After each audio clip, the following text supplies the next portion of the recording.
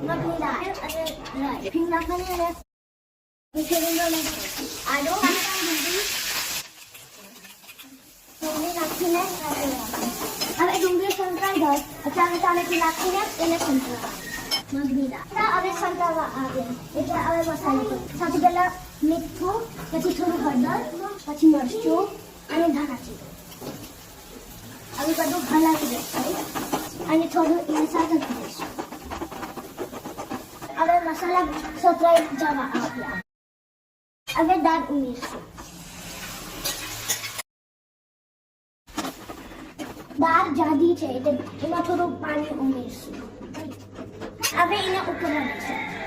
ઉકળવા માંડી હવે થોડું હલાવશું હવે દાળ ઉકળી ગઈ છે હવે ગેસ બંધ કરી દઈશું અને કોથમીર નાખીશું થઈ ગયું ચાલો